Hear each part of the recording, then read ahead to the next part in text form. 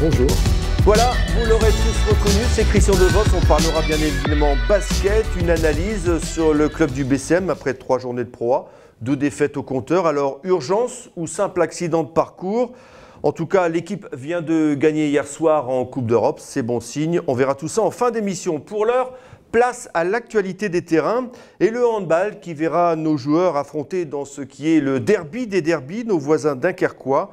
Gravelines vient de prendre une rouste à Billy-Montigny. La réserve de Dunkerque, elle, s'est fait piéger chez elle par un autre voisin lillois, Ronchin. Il y aura donc de la revanche dans l'air. L'USG doit gagner. Coup d'envoi à 19h, salle Frédéric Petit. Un petit mot de football aussi. Nos footballeurs auront la pression. Eux, ça c'est sûr, ils ne peuvent se latter. En Coupe de France, à Berck, une formation de promotion de ligue. Vous pouvez compter, ça fait 5 niveaux d'écart entre les deux équipes.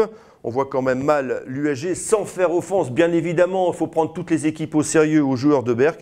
Mais on voit mal l'USG se gameler dimanche après-midi. Coup d'envoi dimanche à 14h30 à Berck. Voilà, il y avait du hand, il y a du foot, il y a également du basket. Alors Christian, au lendemain de cette rencontre en Coupe d'Europe, une victoire qui, je suppose, fait du bien au moral? Ah, tout à fait. On en avait besoin de cette victoire. Toutes les victoires font du bien au moral, ça, il faut le savoir, mais ensuite, particulièrement celle d'hier au soir, puisqu'on venait un petit peu d'assister à une déconvenue la semaine dernière face à Dijon, et il était très très intéressant de voir le comportement de l'équipe et des joueurs sur le terrain hier, et la motivation présente, et ça a été le côté très positif. Alors une équipe remaniée à 50%, on se souvient également que l'année dernière en championnat, vous êtes ramassé d'entrée contre Limoges, donc il y a des similitudes. Une équipe comme ça, lorsqu'on s'est remanié à 50%, vous qui avez été coach, l'amalgame, tout ça, ça prend au bout de combien de temps? Parce que souvent, quand on est joueur et que l'on vient de l'extérieur, on a assisté durant 1, 2, 3 ou 4 saisons avec d'autres entraîneurs, des philosophies complètement différentes, et la réadaptation n'est jamais facile. Donc il faut un certain temps pour qu'on puisse, quand on est joueur, assimiler vraiment les souhaits du coach. Alors l'année dernière, il y avait Bex qui joue un petit peu les euros, Dwight Bex qui est parti en NBA. Est-ce qu'il y a encore des euros cette année? Bon, il y en a peut-être moins parce que lui, c'est vrai qu'il était impressionnant dans la prise de décision lorsqu'il fallait placer une banderille dans les dernières secondes avec tout ce que cela pouvait comporter pour le résultat, victoire ou non, mais il était là pour le faire. Ici, il y a une répartition qui est complètement différente, tout au moins c'est mon point de vue. C'est vrai qu'on n'a pas le Zorro comme vous me le dites, mais on a des joueurs en capacité de... Alors, on va détailler un petit peu le profil de l'équipe. On le connaît déjà avec Jonathan Roussel, le retour de Jonathan sur les parquets du Sportica. Il confirme les espoirs que vous aviez en le faisant revenir, Jonathan? Il n'y a pas beaucoup de temps de jeu, mis à part en Coupe d'Europe. Oui, bon, d'abord, le temps de jeu, c'est quelque chose qu'on ne peut pas dédier nous-mêmes en tant que dirigeant, parce qu'on n'assiste pas à tous les entraînements, parce qu'il y a des choix tactiques, des choix propres à l'équipe que l'on rencontre, etc. À l'instant présent sur le terrain. Ouais. Exactement. Non, mais le retour de Jonathan a été très intéressant, d'abord parce que c'est un gamin que l'on estime bien, ensuite parce qu'il a quand même évolué énormément de temps ici sur Gravelines, et parce qu'il est régional de l'étape, avec les qualités qu'il a. Il n'a pas un physique extraordinaire au niveau de l'explosivité, mais il a une culture basket et une intelligence de jeu qui permettent d'évoluer à ce niveau-là. Ouais, donc il est allé faire ses gammes à Boulogne, il revient plein d'envie, plein d'espoir, et maintenant il faut que ça se concrétise un petit peu. Oui, c'est à lui de confirmer aussi le temps qui lui est imparti sur le terrain, mais c'est à lui de s'exprimer au maximum en donnant 100%, 120% de ses possibilités. Alors il partage là les rênes de l'équipe, le jeu de l'équipe avec Solo Diabaté. Solo Diabaté, vous l'a fait venir de Nancy. Est-ce que c'est le profil vraiment que vous recherchiez? Est-ce qu'il ne se marche pas un petit peu sur les bandes? La différence l'année dernière avec Bikes, c'est que lui était pur meneur, avec tout ce que cela comporte dans l'orchestration. Diabaté est plus un joueur meneur, second arrière, avec aussi la possibilité de faire une multitude de choses. Un peu à la Yannick Bokolo? Oui, avec une adresse extérieure différente. Yannick était plus instable à ce niveau-là de l'adresse et Solo a des possibilités qui sont autres. Mais je crois qu'ils peuvent être complémentaires les uns et les autres. Et puis on a vu hier, on l'a vu aussi, et j'avais vu un peu à Rome ce qui s'était produit, c'est les deux arrières jouent en même temps. Et ça a été d'une efficacité relativement intéressante. Je crois que ça c'est un bon choix du coach. Alors il y avait les incontournables, on va citer Joby Johnson et puis Cyril Akpomeda. Ils prennent un an de plus, mais ils sont toujours indispensables. Ce sont les pièces maîtresses, ce sont les tours de Babel de l'équipe. Ce début de championnat, il s'est retrouvé. Ah, il est bien. Il s'est retrouvé. T'es un petit peu en dedans l'année dernière. Exactement, et ça c'est le côté positif. Quant à Joby, on connaît ce côté un peu fantasmagorique de l'individu et de ces tirs intempestifs quelquefois, pas toujours bien cernés, puis l'efficacité qui peut nous rapporter des points sur une victoire. Parce que Joby Johnson, il faut lui donner le shoot. C'est pas un joueur qui se crée son shoot. Non, je pense que, enfin, c'est aussi mon point de vue. Je pense que c'est un joueur qui a besoin d'être libéré, pour être dans le easy shot et pouvoir le prendre dans de bonnes conditions. Mais de temps en temps, on l'a vu hier aussi tenter une percussion pour prendre un tir intermédiaire. Il l'avait fait auparavant. Peut-être qu'il va retrouver ça. Mais oui, c'est vrai que c'est plus un shooter lointain, quoi. Alors il y a Yacouba Diawara qui hier a été crédité d'une bonne performance. C'est le Yacouba Diawara qu'on aimerait voir à chaque fois. Oui, il a changé de positionnement. Je ne sais pas si vous avez remarqué hier, mais Christian l'a fait jouer un peu plus dans le secteur intérieur. Et je crois que ça peut être aussi une partie intéressante pour l'avenir. En poste 4 un petit peu aussi. 4 et quelquefois prise de position dessous, mais surtout utiliser sa percussion du poste 4 vers le cercle. Et ça a été très intéressant. Et aussi, il y a la potentialité extérieure qu'on lui connaît, quoi. Oui, c'est vrai que hier, c'est lui qui a fait le trou de l'équipe, hein. Il y avait l'initiative de ce 11-0 qui a propulsé les Allemands dans les cornes. Hein. Oui, oui. Il y a également Ousmane Camara. Oui. Alors Ousmane Camara, lui, on lui connaît sa verticalité. Peut-être manque un petit peu de physique à l'intérieur, non? Bon, on pour se mesurer ça, mais quand on voit Marcus qui est là, lui n'est pas très physique non plus, et puis il arrive à s'infiltrer parmi les grands, donc pourquoi pas Ousmane? Ça c'est aussi une question d'expérience, hein. Il a pas énormément de grosses présences en poste 5 dans le milieu professionnel de ligue LNB, quoi. Oui, parce qu'il y a Ludo Vatti qui est parti. Voilà. Il a été remplacé numérairement par qui? C'est Ousmane Camara qui devait prendre plus de temps de jeu au poste 5? Oui, mais il a l'air de le prendre petit à petit. Ouais. Je trouve que c'est intéressant. Alors, vous parliez de Marcus Lewis. Lui, c'est la petite trouvaille. Il ne s'est pas encore planté. À chaque fois, il a répondu présent. Heureusement, j'allais dire d'ailleurs, déjà en ouverture du championnat contre Roanne. Hein, il a été un petit peu le détonateur de cette équipe. Pourtant, il n'a pas, comme vous le disiez, un physique des plus impressionnants. Non, mais il a une rapidité d'exécution particulièrement pour effacement des joueurs ligne de fond. Quand il réussit à enchaîner un dribble enroulé et accéder au panier, bon, il va très vite là-dessus. Alors quand derrière lui, il y a des joueurs un peu plus lents, il en profite. Il profite de cette vitesse d'exécution. Et c'est un joueur que vous suiviez, ce joueur? Personnellement, non, je serais présomptueux. Christian... Parce qu'il débarque un petit peu de nulle part. Marqué Dwight Beck, c'est pareil, hein, oui, personne ne le connaissait. Oui, à un moment donné, quoi qu'on pense toujours qu'il débarque de nulle part. Ils ont une grosse activité dans différents clubs, que ce soit aux États-Unis, que ce soit en Europe. Ils ont eu énormément de travail qui a été effectué. Puis Christian suit ça relativement près.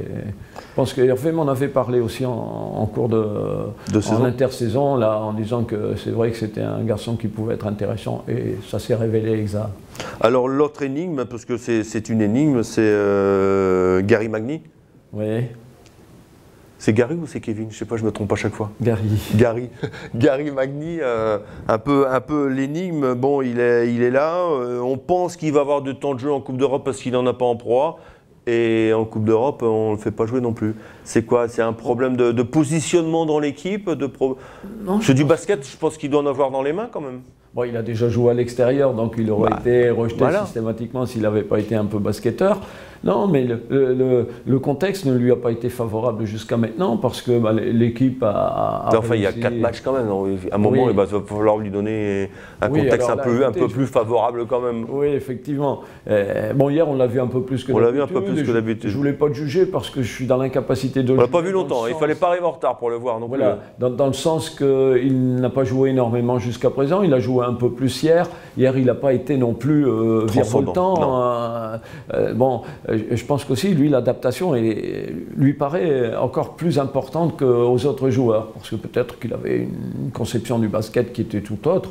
Maintenant, quant au choix qui est fait, sur le terrain, hier on a gagné, donc oui, c'est certain. Les choix étaient mauvais, quoi. Mais bon, il va falloir quand même prendre une décision. Soit on le fait jouer, soit on le coupe. Vous n'avez pas encore pris de...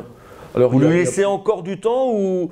Bon, d'abord, on ne va pas le couper demain, hein. Si ça devait arriver, le choix... Parce que la NBA va reprendre à la fin du mois, là, donc il va y avoir des joueurs qui vont se retrouver sur le carreau. Oui, il y aura des opportunités, mais il faut savoir que Yannick est blessé aussi. Ouais. Donc Yannick blessé, ça nous permettrait peut-être de prendre un pigiste, ça c'est une question... Mais c'est une blessure un peu grave qu'il a, c'est un peu plus embêtant que prévu. Ah ouais. Donc, on n'a pas l'impression quand même, il n'avait pas terminé le match, il boitait un petit peu. Mais... Voilà, et bon, il a passé les différents radios, les RIM et tout ce qu'il fallait pour connaître exactement ce qu'il avait, et il aura certainement entre 6 et 7 semaines de cessation d'activité, donc on serait dans la restructuration. Donc là, si on change Magny, on prend quoi? On prend un meneur? Non, ça peut être complémentaire. On peut prendre un pigiste médical pour Yannick? On peut prendre un pigiste médical à partir de quand? Quand il y a un arrêt qui est relativement important.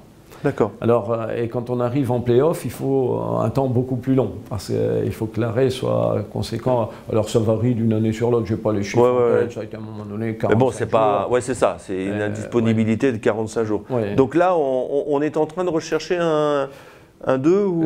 Les déclarations médicales ont été confirmées hier, donc aujourd'hui je pense que si Christian et Hervé ont déjà projeté quelque chose, ils vont le faire en fonction de Yannick et non pas en fonction de...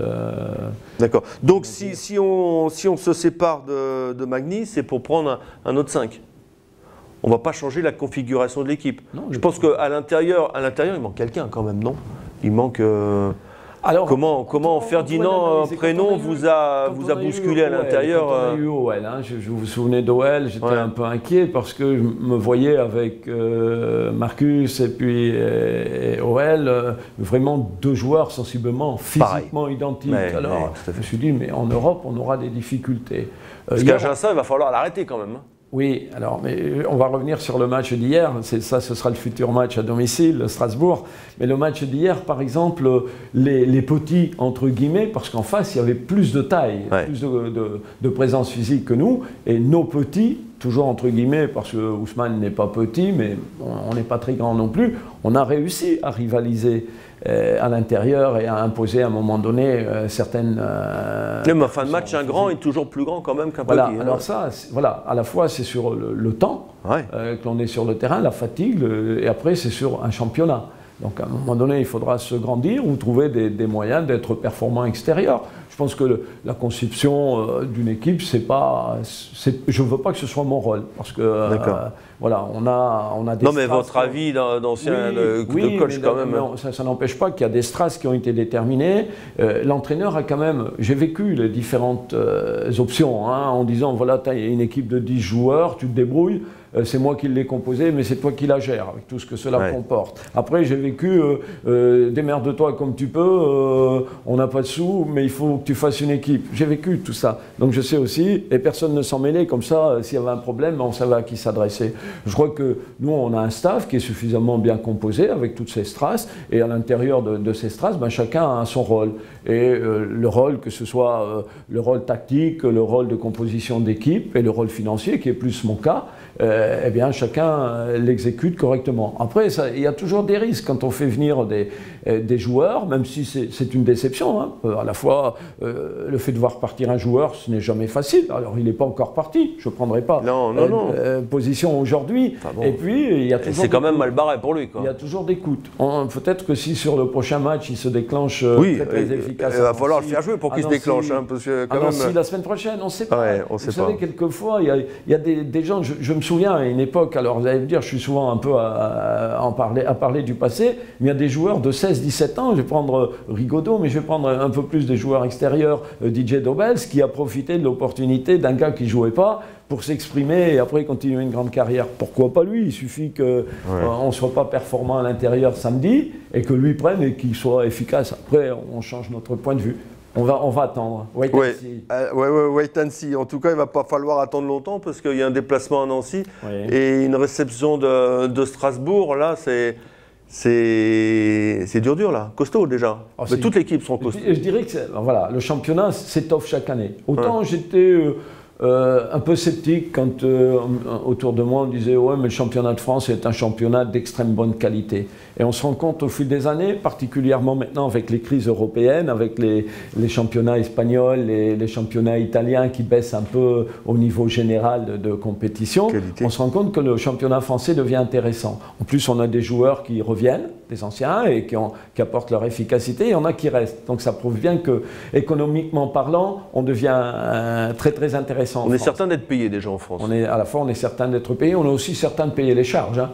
On n'oublie pas en France de nous rappeler toutes les charges qu'on a à payer. Mais on aura, oui, le championnat s'étoffe, le championnat s'améliore, et puis on aura 2 grosses équipes là. On verra, on va mieux se situer dans 15 jours, 3 semaines. Oui. Ouais, donc 2 gros morceaux. Avec un déplacement donc à Nancy, une réception de Strasbourg. Est-ce qu'on verra réellement le potentiel de cette équipe? Parce que bon, sur le papier, c'est bien. Sur le terrain, pour l'instant, l'alchimie n'a peut-être pas encore prise. On aura déjà une bonne opinion dans 15 jours du potentiel de l'équipe. Il y a aussi une chose qu'il faut se dire. C'est vrai qu'on a gagné que d'1 point contre Roanne. C'est vrai que la pièce aurait pu tomber d'un côté ou de l'autre de celle-ci. Mais on a aussi on a joué au Mans. Le Mans, c'est pas une équipe petite quand même. C'est une équipe qui est favorite, c'est une équipe qui est très intéressante dans sa composition. Après, on a chaque année, revenez un petit peu en arrière, chaque année on a un trou quelque part. L'année dernière, on l'a au premier match contre Limoges. C'est vrai, c'est ce que je disais en ouverture. Cette année, exactement. Cette année, on l'a contre Dijon. Mais Dijon a bien joué, a bien géré. Enfin, Dijon, c'est pas non plus. Oui, mais bon, c'est pas faire offense aux Dijonnais. Strasbourg est battu chez lui lors de la première rencontre. Chalon passe à la trappe. D'accord, non, mais on peut tout dire, mais on passe à la trappe. Donc, on ne peut pas non plus, si dans 3 semaines, si encore 3 matchs consécutifs ont passé à la trappe, on pourrait se poser des questions. Mais non, on a encore 3 matchs à jouer. Voilà. Si dans 15 jours, on a gagné les 2 matchs, on va dire, voilà, tout est. On aurait équilibré. Bah écoutez, on vous verra dans 15 jours, j'irai vous interviewer pour voir un petit peu où on est dans 15 jours. Christian, merci beaucoup. Donc le prochain match du BCM, vous l'aurez compris, c'est à Nancy, c'est samedi, c'est ça? Samedi à 20h30, un match bien évidemment retrouvé en direct sur Delta FM. Et pour le choc, parce que c'est quand même le choc, le match la semaine prochaine, samedi au Sportica contre Strasbourg. Strasbourg, oui. Voilà, hyper intéressant. Bon, c'est un choc des prétendants de l'année dernière, mais Nancy, c'est un choc. Même si Nancy jouait le fin de tableau l'année dernière, c'est quand même une équipe solide. Il ne faut pas l'oublier. N'oublions pas que ces dernières années, c'est vrai qu'on a fini en pole position, mais ces dernières années, le championnat a été indécis et voilà. C'est ce qui fait le charme du sport. Alors quand on est du bon côté, quand il y a la réussite, on est heureux. Quand on n'a pas la réussite, on l'est moins, mais c'est le sport. Voilà, tout le monde peut gagner, on n'est pas au football ici, où il n'y a pas Paris et Monaco qui dominent tout. Voilà, allez, écoutez, nous on se retrouve la semaine prochaine. D'ici là, passez bien évidemment un excellent week-end. Et Christian, on croise les doigts pour le prochain match. Pour la série qui arrive. Nombreux matchs à venir. Voilà, allez, salut, au revoir tout le monde. Au revoir.